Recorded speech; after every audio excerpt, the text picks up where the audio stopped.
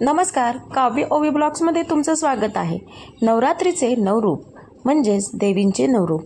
तर आज आपण त्याचे दर्शन करणार आहोत। जिथे मी ओटी भरायला जाते तिथल्या देवींचं दर्शन आज आपण करणार आहोत।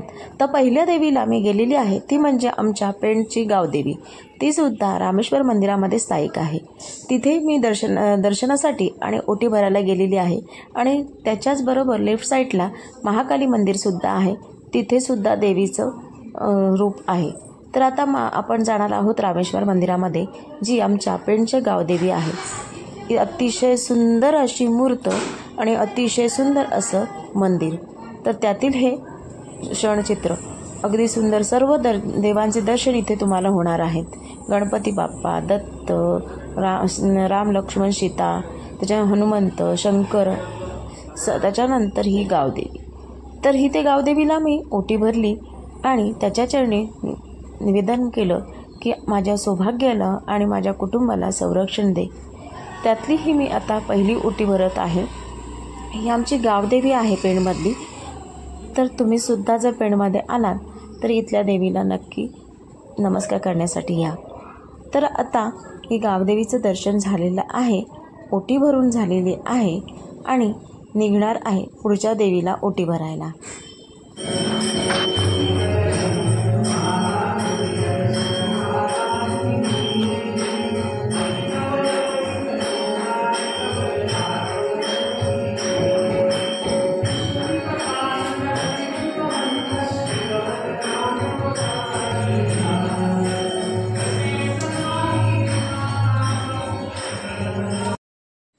आता मी पोचलेली आहे दुसऱ्या देवीच्या इथे ओटी भरायला। दुसरी ओटी तर ती आहे अंबिका मंदिरामध्ये। तुम्ही अंबिका मंदिराच्या इथे गेल्यानंतर तुम्हाला तिथे ओटी सुद्धा मिळणार आहे। बाहेरच्या साईडला हार ओटीची सुद्धा तिथे आहे।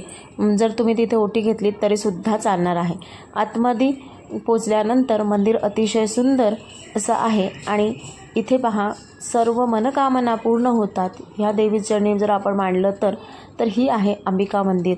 आमच्या पेणमधील जो अंबिका मंदिर आहे ते आहे। तिथे सुद्धा मी अशी ओटी भरलेली आहे आणि इथे गरबा खूप छान खेळल्या जातात, कारण की भरपूर मोठं अंगण आहे, पटांगण आहे आणि तिथे हवनसुद्धा मोठं होतं। त्यानंतर हे 8व्या दिवशी मला वाटते हवन असतो, ज्या दिवशी महालक्ष्मी असते त्या दिवशी। तर इथे मी आलेली आहे दुसऱ्या दिवशीच, त्यामुळे इथे मी ओटी भरलेली आहे आणि लवकर आले असल्यामुळे अजून एवढी गर्दी दिसत नाही। तुम्ही जर रात्रीची गेलात तर खूप इथे अंबिका मंदिरामध्ये गर्दी असते। हे पेणचं अंबिका मंदिर खूप प्रसिद्ध आहे। इथे तुमची मनोकामना नक्की पूर्ण होते। तर अशा पद्धतीने मी इथल्या देवीचं दर्शन घेतलं, माझ्या फॅमिलीने दर्शन घेतलं आणि ओटीसुद्धा भरलेली आहे। देवीचरणी निवेदन मांडलेलं आहे संरक्षणाचं, सामर्थ्याचं आणि बुद्धीचं। जी शक्तीचे प्रतीक असलेली देवी, तिच्या चरणी सर्व मांडून नंतर मी निघालेली आहे तिसऱ्या देवीकडे देवीच्या दर्शनासाठी। तर आता इथे दर्शन झाल्यानंतर ओवी काव्यसुद्धा नमस्कार करून घेतोय आणि इथे पहा पाठीमागे आत्ता गर्दी व्हायला लागलेली आहे। तर हा असा मस्त असा मंदिर आहे अंबिका मंदिर आमच्या पेणमधील। तर आता आपण तिसऱ्या देवीच्या दर्शनासाठी जाऊया। तर ही आहे आमच्या शिर्कीची म्हणजे माझ्या सासरच्या गावची गावदेवी। मंदिर अतिशय छोटं असलं तरी मूर्त अतिशय सुंदर आणि ही जी गावाचे संरक्षण करते ती गावदेवी।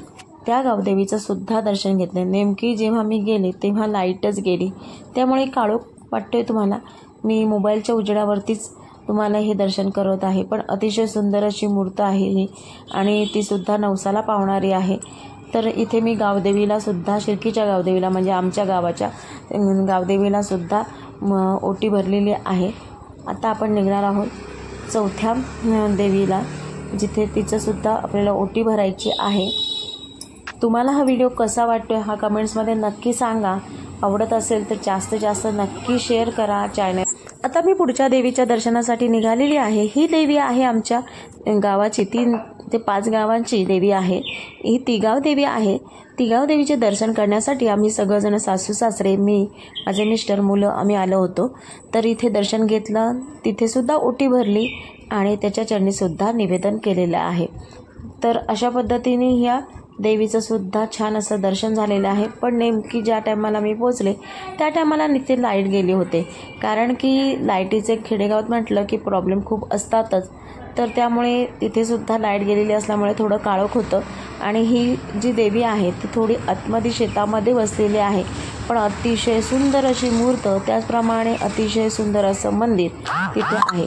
आणि ह्या देवीजवळ जर आपण एखादं नवस केलं ते नक्कीच पूर्ण होतो.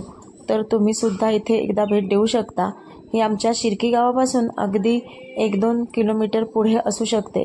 मला ह्या किती लांब आहे ते सांगता येत नाही, पण तुम्ही जर का शिर्कीच्या पुढे गेलात, तिगाव देवी म्हणून सांगितलं तर तिथे तुम्हाला ह्या देवीचं दर्शन होईल. तर अशा प्रकारे मी ह्या देवीचं सुद्धा दर्शन घेतलेलं आहे. आणि मग आम्ही पुढे निघालो होतो पुढच्या देवीचं दर्शनासाठी. तर मुलांनी सुद्धा छान असं नमस्कार वगैरे करून घेतलेला आहे आणि दर्शन करून घेतलेलं आहे. देवीच्या इथे घट मांडलेला असतो, तिथे सुद्धा नमस्कार केलेला आहे. त्याच्यानंतर पुढच्या देवीला निघालेला. नंतर आम्ही पोचलो वाशीच्या देवीला. वर्सोवाई म्हणून आहे, जे आमच्या पेणपासून अगदी 2-3 किलोमीटर अंतरावर आहे. ते वाशीच्या देवीच्या मंदिरामध्ये आम्ही पोचलेलो आहोत. तिथे अतिशय गर्दी असते आणि ही देवी नवसाला पावणारी. आणि आजचा दिवस ज्या दिवशी आम्ही इथे ओटी भरायला आलो होतो किंवा दर्शनासाठी आलो होतो त्या दिवशी अष्टमीच्या आदल्या दिवशी आम्ही आलो होतो, त्यामुळे इथे नवससुद्धा पूर्ण केली जात दिसत होती. वजनं वगैरे केली जातात किंवा नवस असतात ते घेऊन आलेले दिसत असतात. तर आता इथे सगळं दर्शनासाठी एवढी गर्दी आहे की लाईनी लागतात. तरी आम्ही खूप लवकर आल्यामुळे इथे तुम्हाला खूप अशी गर्दी दिसत नाही, तर खालीवरती अशी लाईन लावून मगच इथे दर्शन होतं, कारण की सुंदर असं इथलं मंदिर सुंदर. आम्ही निघालेलो आहोत धावट्याला जायला. आम्ही धावट्याच्या देवीसाठी दर्शनासाठी निघालो होतो, कारण की खूप वर्षापासूनचं माझं नवस होतं. माझी ओवी ही नवसानी झालेली आहे, त्यामुळे नवस खूप वर्षापासून राहिलं होतं. ते आता ओवी थोडी मोठी झाल्यामुळे इथे नवस फेडण्यासाठी मी आलेली आहे, कारण की सगळ्या देव्यांकडे मी जिथे आता ओटी भरलेली आहे तिथे मी नवस केलं होतं ओवीसाठी, मुलगी व्हावी म्हणून. तर आता इथे नवस फेडण्यासाठी मी आलेली आहे. तर ही धावट्याची देवी आहे, ही सुद्धा नवसाला पावणारी देवी आहे. तर इथे आम्ही दर्शन घेतलेलं आहे कुटुंबाने, आमच्या गावण फॅमिलीने. आणि मग आम्ही पुढच्या देवीला निघालेलो आहोत. तर ही धावट्यामध्ये देवी आहे. ही गावामध्ये एकच देवी मानली जाते. म्हणजे असं मी ऐकलं आहे की पूर्ण गावामध्ये एकच देवी असते, कारण की आपल्याकडे हल्ली बऱ्याच ठिकाणी देवीचे मंदिर किंवा देवी मांडली जातात, पण ह्या धावट्याच्या देवीचं एकच मंदिर आहे आणि तिथे ती नवसाला पावणारी देवी आहे. कारण की मी इथे नवस केलेलं होतं ते पूर्ण केलं आहे देवीने, आणि तेच पूर्ण करण्यासाठी, नवस पूर्ण करण्यासाठी मी इथे आले होते. आता आम्ही निघालो आहोत कुंभारपाड्यात जायला. जी पेणमधील कुंभारपाडा आहे तिथे अतिशय सुंदर अशी मूर्त असते आणि खूप भव्य अशी मूर्त मांडली जाते, आणि तीसुद्धा नवसाला पावणारी देवी आहे. तर आता आपण निघालेलो आहोत कुंभारपाड्यातल्या देवीकडे जाण्यासाठी.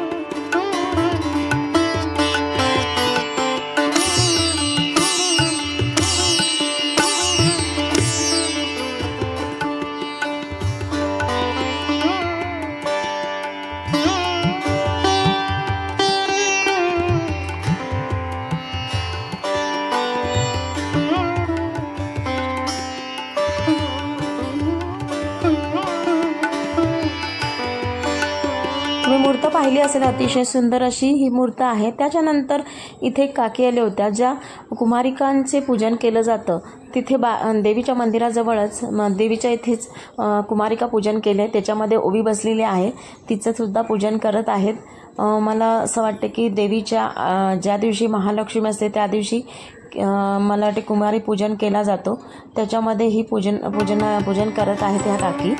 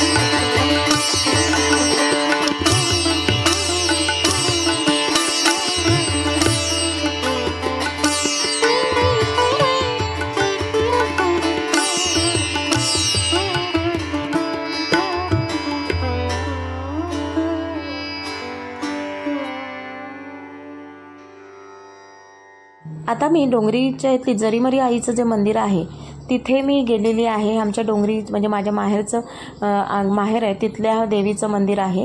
तर तिथेसुद्धा मी ओटी भरलेली आहे, दर्शन घेतलेलं आहे, तिच्या चरणी निवेदन मांडलेलं आहे.